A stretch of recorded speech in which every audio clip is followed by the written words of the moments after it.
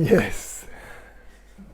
Welcome to Satsang. Welcome to meditation.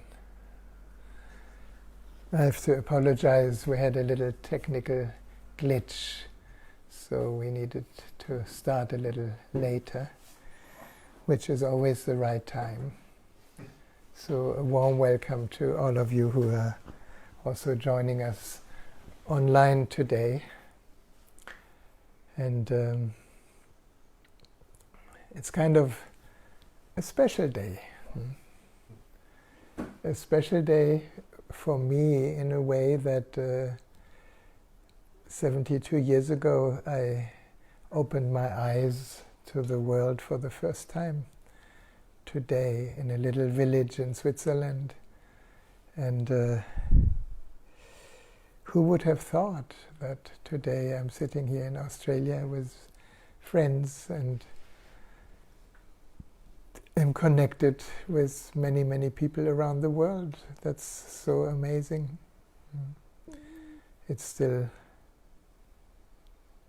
a puzzle, because from the moment I was somehow aware of myself as a tiny little baby until today, I'm the same. Do you notice that? Like everybody else, something has never changed. You know, the body changes, the wrinkles get more, and body ages, but something doesn't age. That's why it's so puzzling when we look into the mirror, and each time we look into the mirror, especially if there's some time in between the looking, we see changes. So what changes and what doesn't change? I'm reminded because tomorrow is Osho's birthday, my master's birthday, and I remember him, one birthday he had, he was talking about what happened to him. And if I look back, I can relate to what he was saying. He said something, the moment I came out of my mother's womb, I saw God. Well, I have no relation to a person called God, but if I look into the eyes of a newborn baby or of a small baby, you see the eyes of wonder, the eyes of... The eyes are not fixed, they are kind of floating from different to different expressions, no? And the eyes are receiving. So, yes, even today when I look around and I'm not in my mind busy with some story that I have to solve or attend to, when I look around, there's so much mystery, there's so much creativity, there's so much joy, there's so much giving on every level.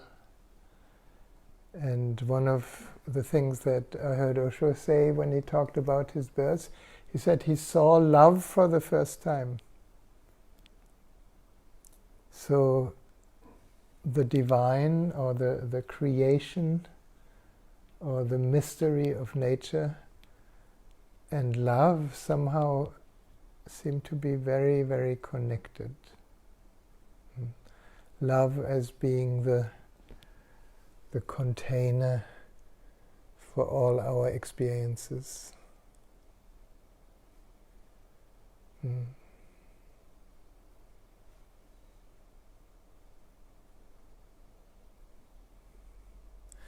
Now, this is not a belief. If we believe, everything is love, then we can doubt, especially when we look at the politics and look at the situation in the world right now. How can we say everything is love? Well, if we use the word love to indicate a formless, an objectless space that holds every object, every thought, every feeling, every creation in form. Everything is held. Then perhaps we come to the conclusion that in what is it held?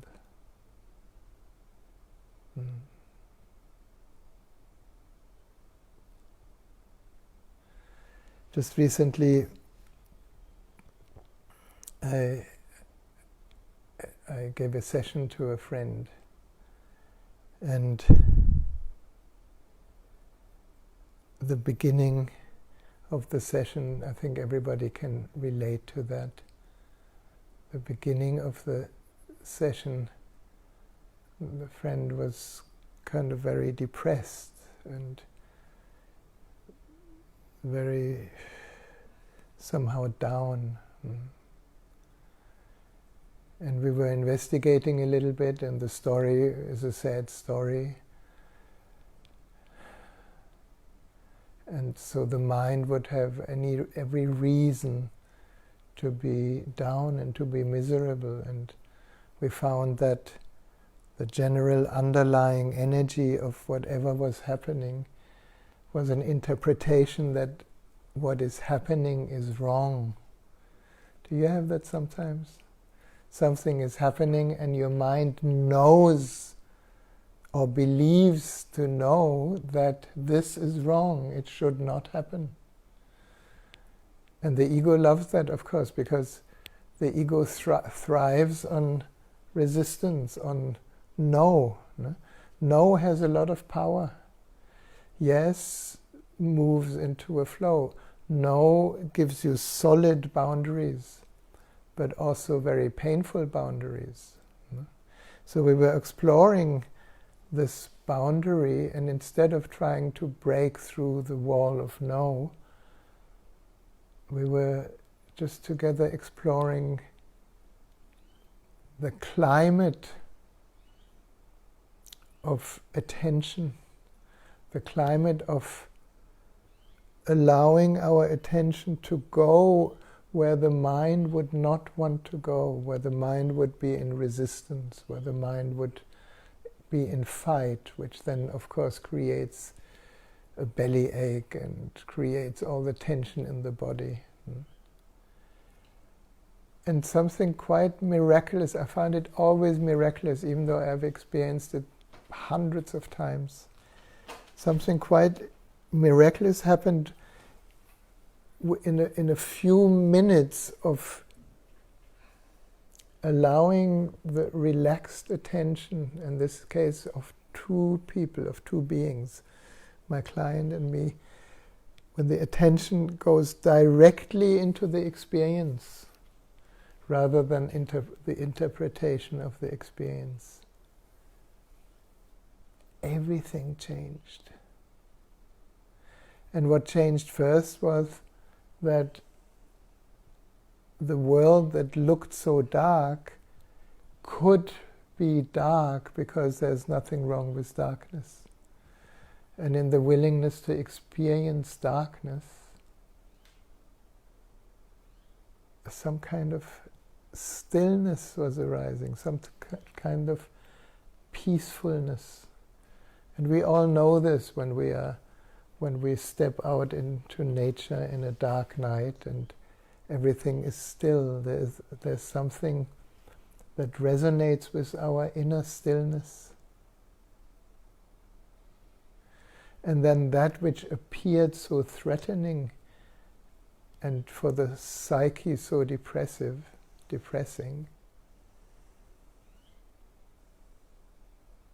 loosened up. It started to be very, very tense, and it just loosened up by itself without us trying to loosen it up. And in that simple presence to the inner experience, no matter what it is, this is really an invitation to all those of you that are joining me that maybe are touching a difficult time or a challenging time or a hurtful time or a lonely time or an anxious time. And there's lots of reasons in the world to be anxious, but not really. All these situations are more invitations to dare to experience where our mind is so strong about resisting the experience.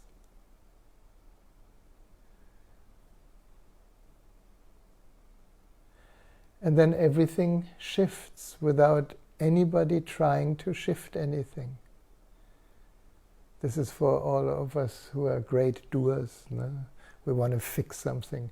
We want to work on something. We have to, do the right thing so that in the future, in a very illusory future, we will feel okay. And somehow we have to come to the total disappointment that the future doesn't exist. Whatever exists is now.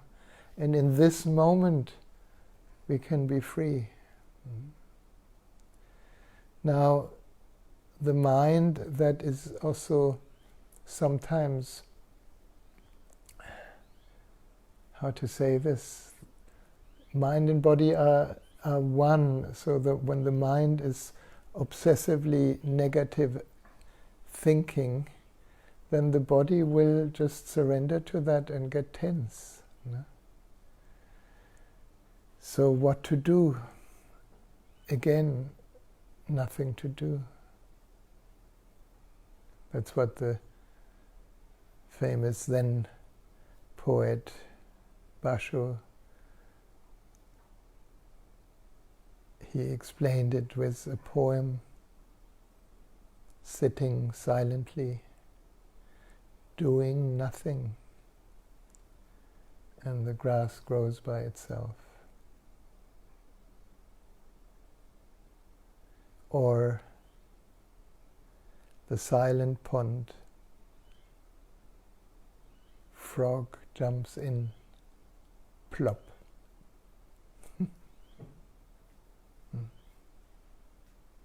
It's all kind of pointers to this moment. And this moment cannot be caught because it's not a substance. This moment is so fleeting that if we want to hold on to it, it's already gone. If we want to do anything with it, it's already gone. If we want to, change it, everything is already changed.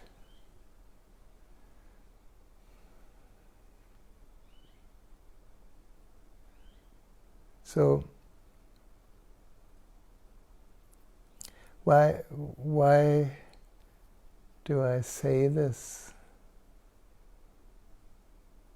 I'm not saying it that if you're depressed, you're wrong. Not at all. There's a lot of depression and there's a lot of anxiety. But it's a human experience that happens in the awareness of who we are. Can you relate to that? It's so simple. We have a human experience, and maybe there's an interpretation that this experience is good or bad or right or wrong. And behind the right and wrong, behind the good and bad, is who we are. Is the infinite space that is untouched by anything, by any story. How did that insight deepen in me? And I don't think that deepening is ever finished. But how did it deepen in us? Well, for many of us who were with Osho, it deepened through the connection with the Master. The Master is an embodiment of yes, whatever is. And that creates an energy field, or that resonates, that yes, resonates as an energy field that is limitless. And when the disciple comes closer to the master, it is almost like the emptiness of the master, which is a field, comes closer to the same field in the student or in the disciple, but the disciple doesn't know it yet. It just he feels so liberated to be in the master's presence. And this is more like an Eastern approach, because in the West the word master is so laden with an authority that has the right to tell you what you should do, which is not at all the function of the master. So at least my first glimpse of that was to live in the presence of Osho. And at the time, of course, then the psyche, the psychology projects all these beautiful attributes onto the master.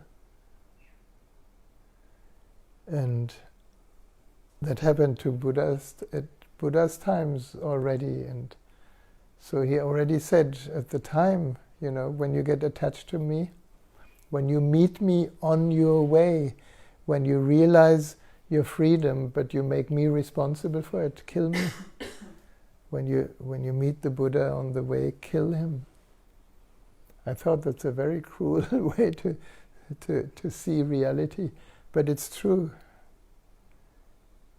The mind loves to project on outer people or things or events a certain meaning, and then we get attached to this meaning and create an identity. It's very human. Until we deeply realize that that identity doesn't even exist. That this person that we appear to be is a beautiful shell, it's a beautiful form. It's a personality. It is a frame through which the person, the sound, persona, the sound moves through this shell and expresses itself in the world. But the shell is empty. The ego is empty. The person is empty. And the ego doesn't like it. So if you're lucky and you melt more and more, and this is kind of the magic of love, of romantic love also. People fall in love with each other because deep down there is this longing to disappear. But unfortunately, then they come closer to each other, and then they start holding on to each other, getting attached to each other, becoming dependent on each other, still projecting that the other is the reason for our well-being, which appears to be true, but it's not. The other is a situation. Now, if you're one of the friends who feels miserable because of a relationship difficulty, or because your lover left you, or because you got kicked out from your home, or because you were kind of exposed as a great liar, or anything like that.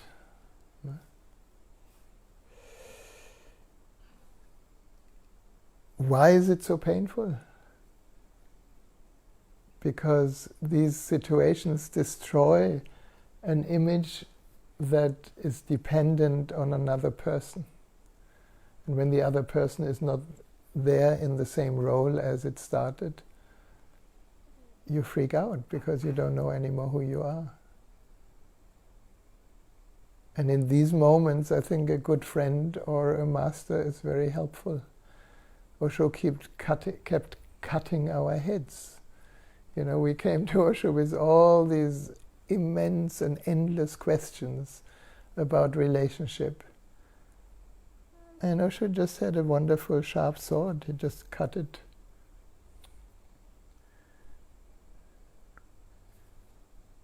He dismantled our stories in such an incredible, sophisticated way. And we were so inventive to invent new stories,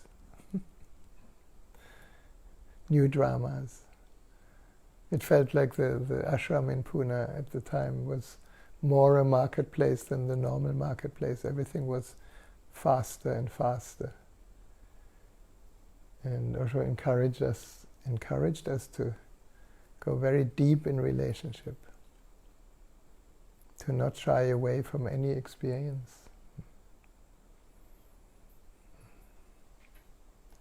So, when we wind back to the first hours, that maybe we can carry through our whole life is the remembering that we are love.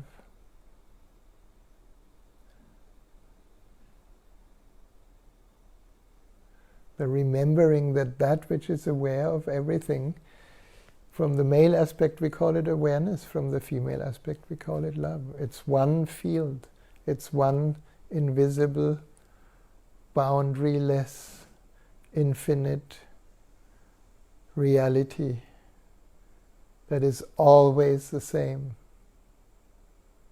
Everything that appears in reality changes. How many times do we need to say it? How many times do we need to hear it? I needed to hear it. I still need to hear it. Just now I need to hear it from my own voice, but I still need to hear it. Because the distractions are so immense. So, I asked Melly today to find a pomander, and the pomander is pink. And the message in the pink, the quality of the pink is unconditional love. Now, unconditional love has been really misunderstood, especially in the New Age. And often it has been understood as putting a sugar coat over shit. So it's not that. Unconditional love is a space where good and bad and right and wrong and high and low are held. And the strange thing is, in that holding, whatever looked negative simply reveals another more hidden quality in us. It is the equivalent of choiceless awareness seen from the male side. So seen from the female side, the heart seems to be the instrument for unconditional love. If we see it from the male side, the third eye, the capacity to see reality clearly as it is from the male aspect. But the perceiving field is the same. It just has the name love and the name awareness. And in the pink kind of points towards this tenderness, this see-through quality, this feminine quality that lets us melt just because we recognize when it embraces you. But it's very fragile. Anybody can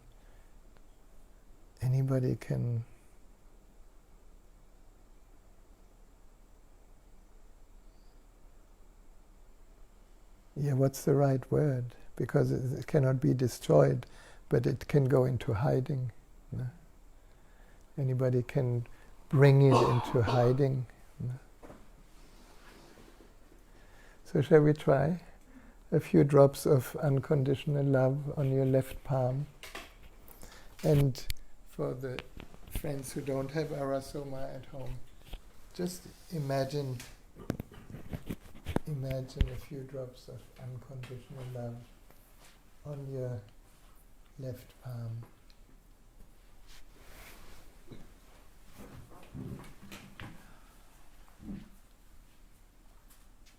And when you receive it, rub your hands together and close your eyes.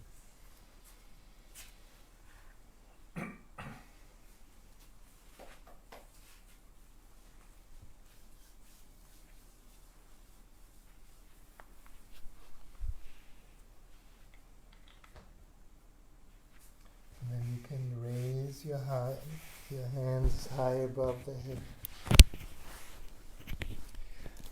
And just share that vibration of the pink with the world. Out of your left hand, around the earth, back into the right hand. Reminding all beings of their deepest nature as love. Love is what we can share by being what we are each moment. And then you can turn your palms facing downward above your crown. Imagine you standing under a shower of pink light falling through your aura like gentle rain. And then clearing and cleaning your aura through the parietals, through the temples, through the back of the head, through the forehead. And bringing your palms together above the crown, the symbolic gesture of oneness. And then moving to the third eye. Here, imagine you can clean and clear the third eye from all projections so that we can see reality as it is. Then good and bad is included in that seeing, and there's no attitude for or against. And clearing your face. The face is such a mirror of our inner state, of our facial expression. Allow your face to relax. Allow it to be loved with the pink. When you come to the throat, releasing all these beliefs, all these ideals, opening to a realm that is more the unknown, the unspeakable, the creative energy that comes from the empty source, from not knowing what's going to come until it comes. It's almost like a gardener. He puts a seed in the ground and he doesn't know what the seed is. And one day the seed sprouts, and then after sprouting, suddenly there's a first bud opening, and then it becomes an incredible, beautiful flower. But before that, it started all as almost nothing.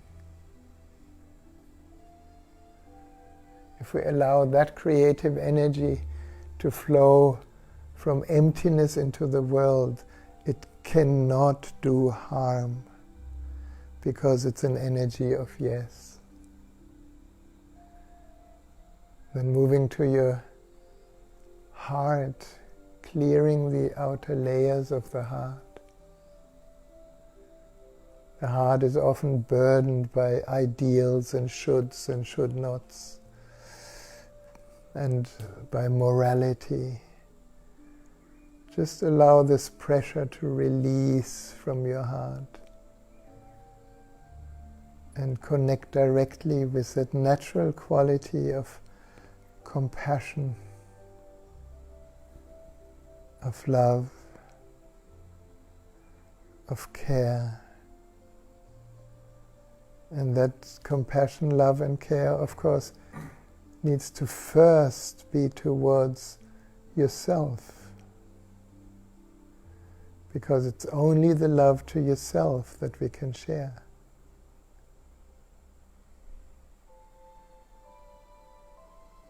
And perhaps you can feel how your heart responds to the pink.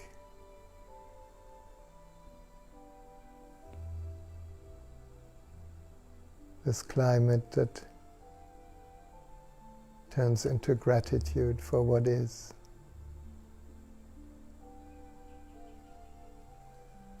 And then we can move to the solar plexus. These days, the solar plexus is deeply affected through all the stress that moves around the world and through all the news that only broadcasts negative news, because negativity is so attractive, so addictive. We have become addicted to stress hormones. So when you come to the third chakra, allow that pink ray to melt your hard armor, to melt your protective layer, to melt your reactive fighting.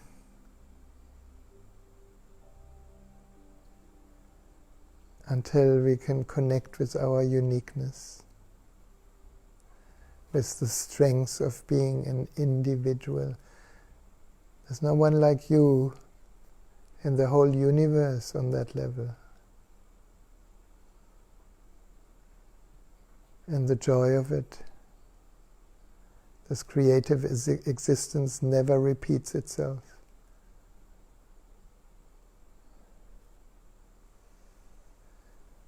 And that recognition is in one way strong and in another way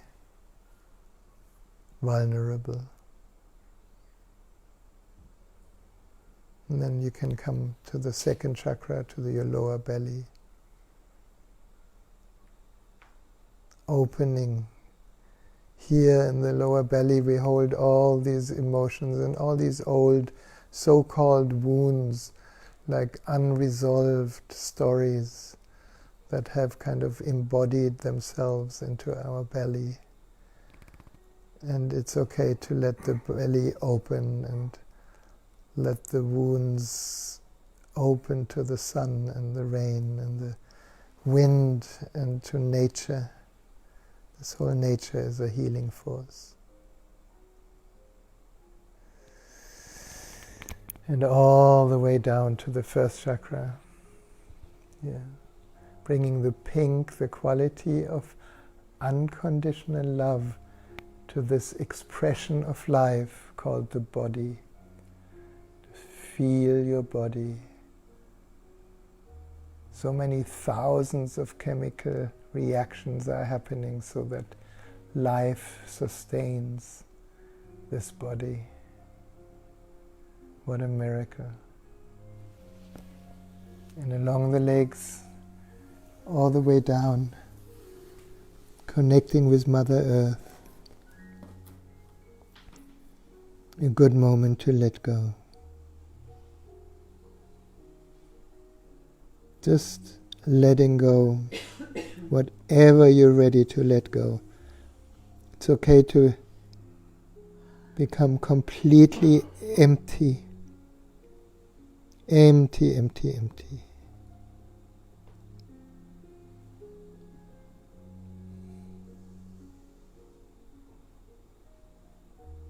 And notice what remains when everything that you thought you are is gone.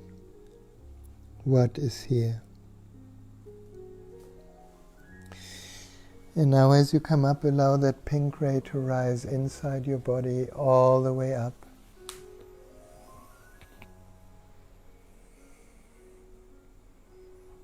Completing in an open gesture, just feeling maybe stretching your arms wide open. this body of unconditional love. And then you can cup your hands in front of your nostrils, taking 3 deep breaths of this fragrance into the temple of the body.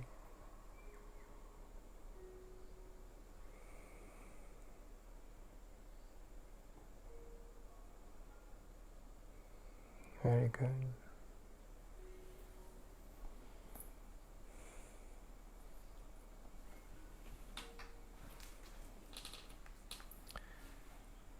And a little meditation.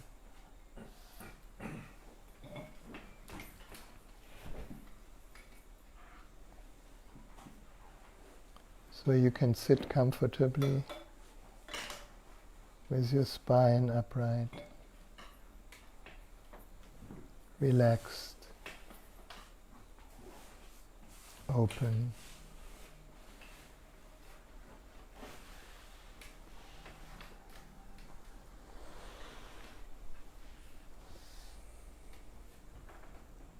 Just being here.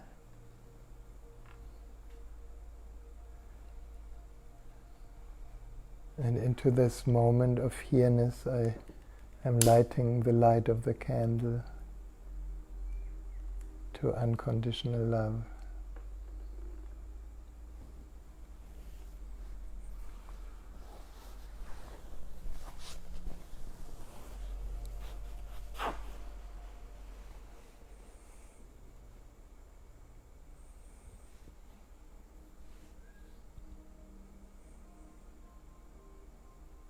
So allow yourself to be relaxedly, completely here.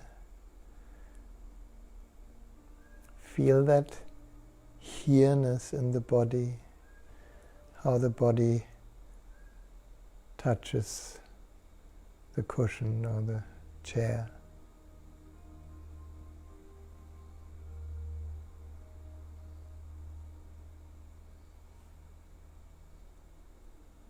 Become aware of the sounds, many subtle sounds. And perhaps already we can be aware of the silence behind the sound.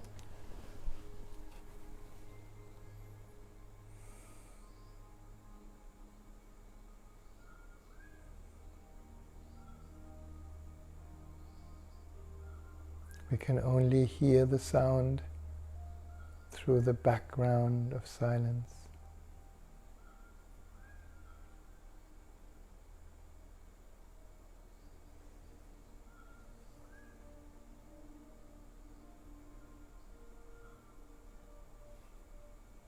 And as we're sitting here, you can bring your relaxed attention to your heart.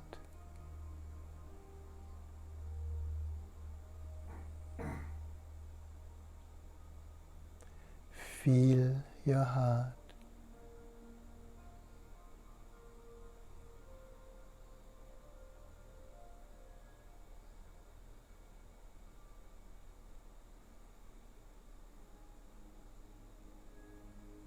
Some of us may begin to think of the heart. The heart is not a thought, it's an experience. So come down from your head into the direct experience in your chest.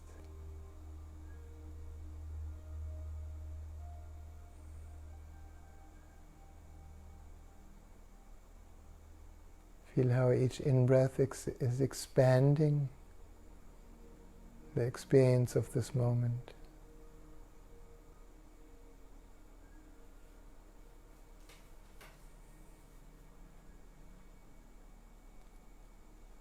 Feel how each out-breath is a letting go deeper inside.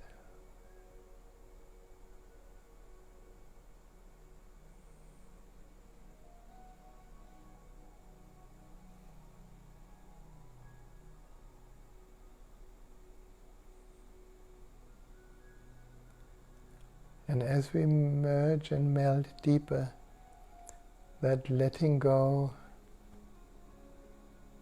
can include more and more aspects of our being that we normally identify with. So we can leave aside all thoughts,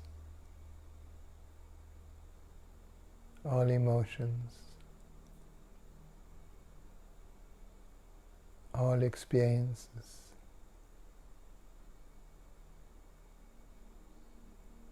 They're all here. They're perhaps like planets and stars and asteroids floating in the empty sky. So every experience can be here, and yet our attention moves deeper and deeper into the heart.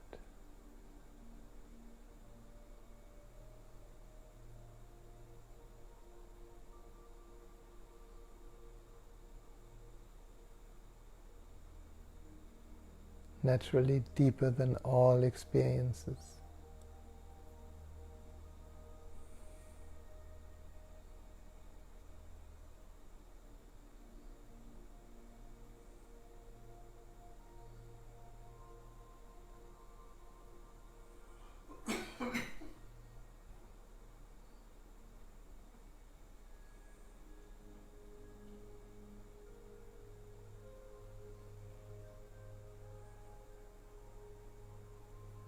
The beautiful thing in meditation is that we don't need to fill the empty space that is left when experiences, thoughts, emotions, feelings, stories stay behind.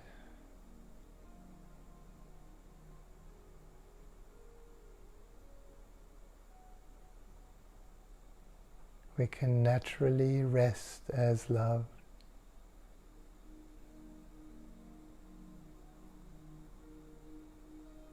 We can naturally rest as awareness.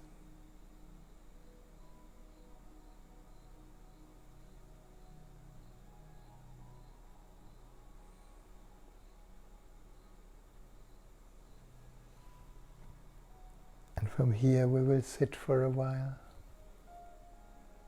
maybe 15 to 20 minutes.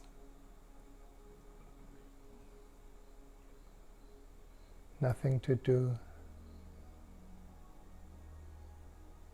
Allowing each out-breath to take us deeper and deeper.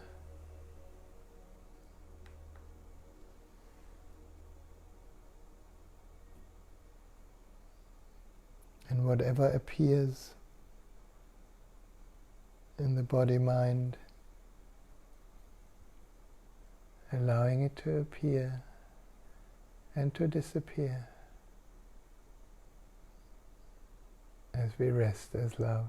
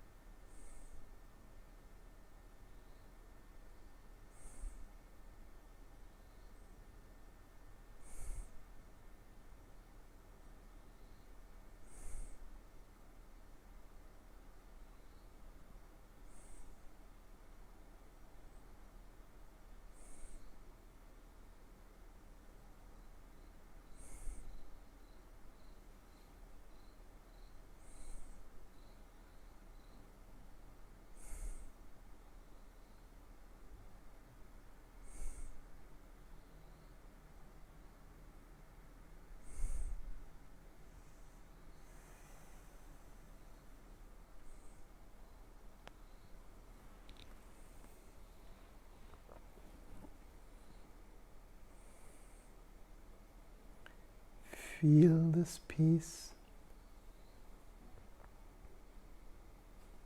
Let it take you to the very core. Let it take you so deep.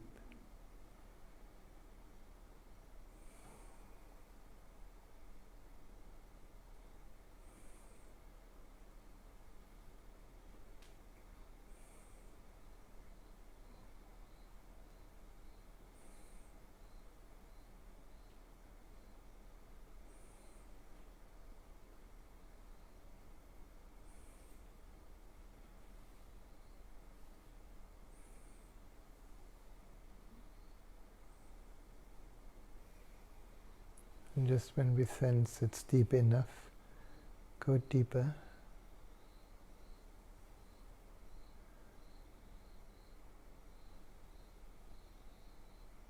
Infinitely deep.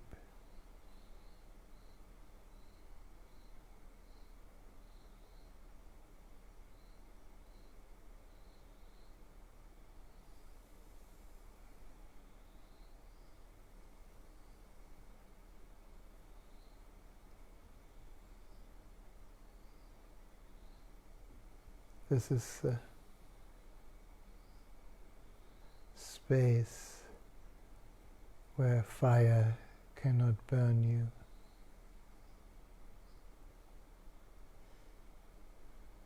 where weapons cannot harm you.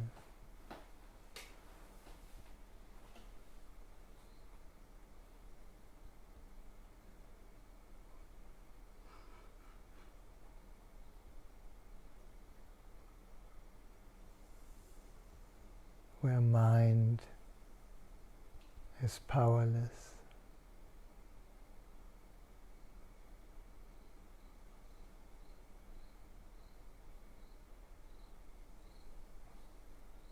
Let the mind bow down to this immensity.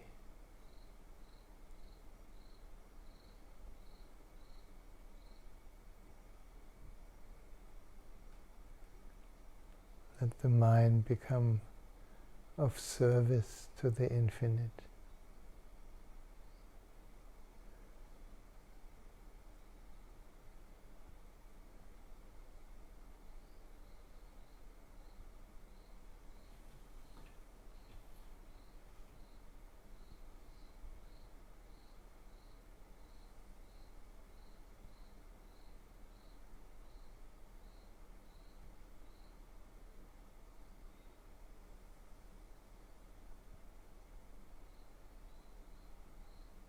And from that depth inside, we can take a deeper breath.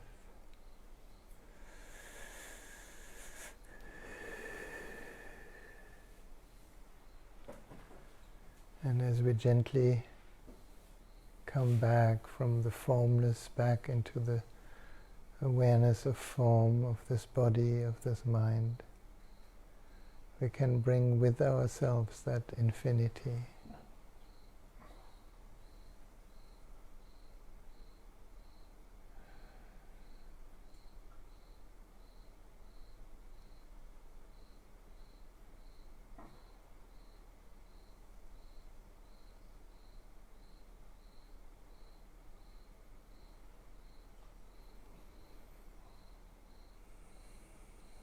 And some of us want to stay there. Well, we are always there, so it can never go away. And the beauty is, as this is remembered more deeply every day,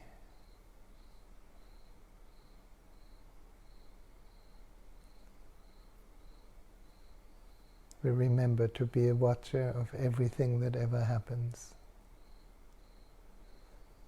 So we can take another deep breath and stretch the body a little bit.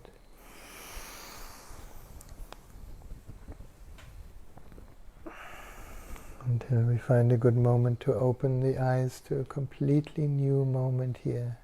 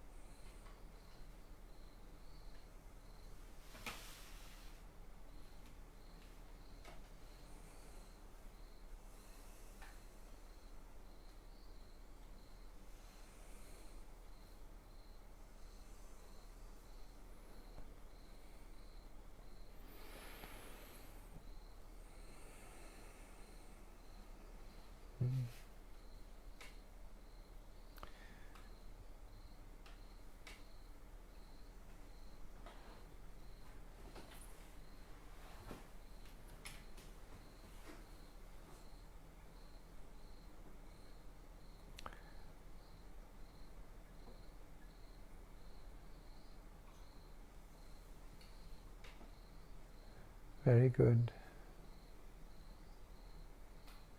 Now we still have a little time, so if there's anything that comes up for you to share, your discoveries or your insights, or if there's any question that appeared. Our friend Steve is here, and you can write in the comments, and Steve will read your question or your comment. You have very many happy birthday messages. Thank you. Many happy birthday messages.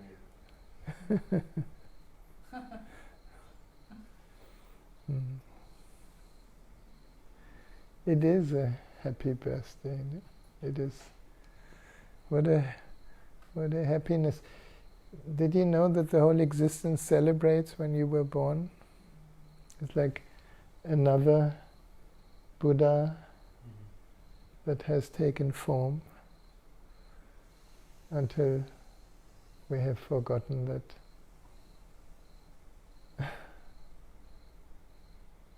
we are formless. And you are very much loved. I'm very much loved, that's true. I don't know how that happens. But thank you for your love. How come? If I'm very much loved, that means love is all there is. That's how we started tonight. Love is all there is. Now, can you imagine if all the energy that moves into stories, into problems, into hurtful depressions, when all that energy is freed in the recognition that we are not, then all that energy can move into love, into gratitude. Thomas Hager Strom. Yeah, Thomas. He says, I love the sound of the frogs on Byron Bay, a direct expression of awareness constantly modifying itself. Yeah. As frogs in the hearing of them. Yeah. Seamless whole as basho. Plop. Plop. Thank you, Thomas. Yes. It's amazing that you can hear it through this little microphone. The sound of nature are so beautiful. That's the advantage to live in the countryside. No?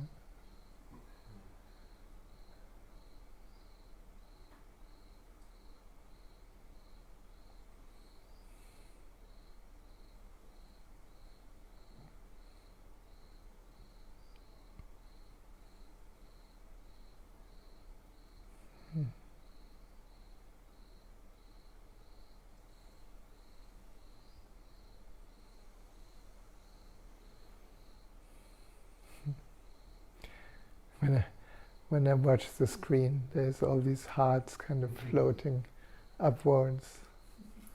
This is so beautiful.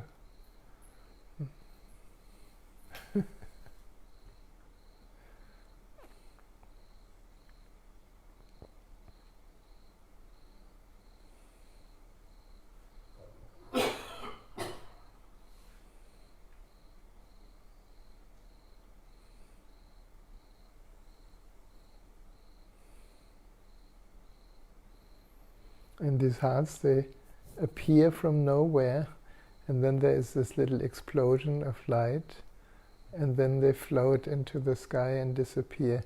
This is so symbolic, isn't it?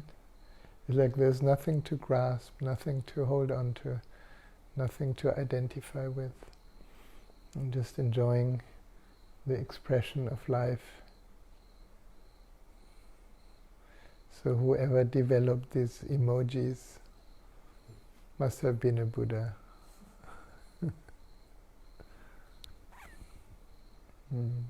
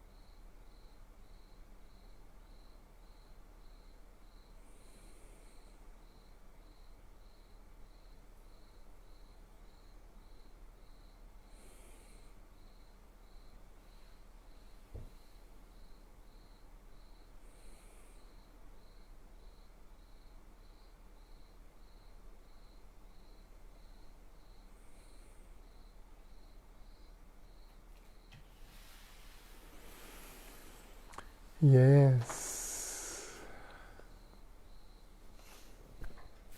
Thank you. Blessed times. Mm. Now I would suggest to all of us, stay tuned. There's moments when many people remember the Buddha, remember Osho, like tomorrow is Osho's birthday. And there's a lot of lovers of Osho around the world that are kind of taking the opportunity to remember whatever we have discovered or learned through this incredible master.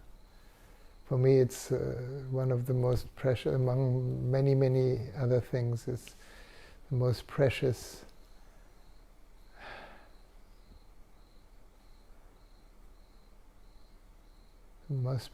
thing I could say is Tantra,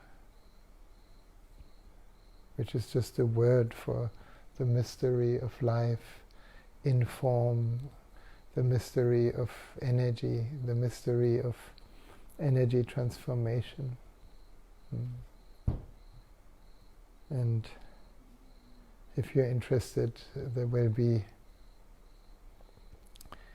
I've done a few online sharings and events organized by Sweden, by Kandra and Spread the Word company. So there will be another happening the beginning of next year. So stay tuned, and eventually we will put the link, or maybe if Maria Paz is here online, maybe you can put the link for the next Tantra event into Facebook Live. Anyway, stay tuned, and then in March, if everything goes well, we're going to have a Tantra for couple again, one of these precious weeks where couples merge and meld deep into each other and discover how, instead of fueling the ego and the separate self, it's so easy to use the beautiful sexual energy, that alive energy that we all have, to transform into intimacy and presence and love that can not only nourish each other but nourish the world. So, thank you. Be well. Many blessings. Feel yourself blessed for no reason, you know. We don't need a reason. We're already blessed.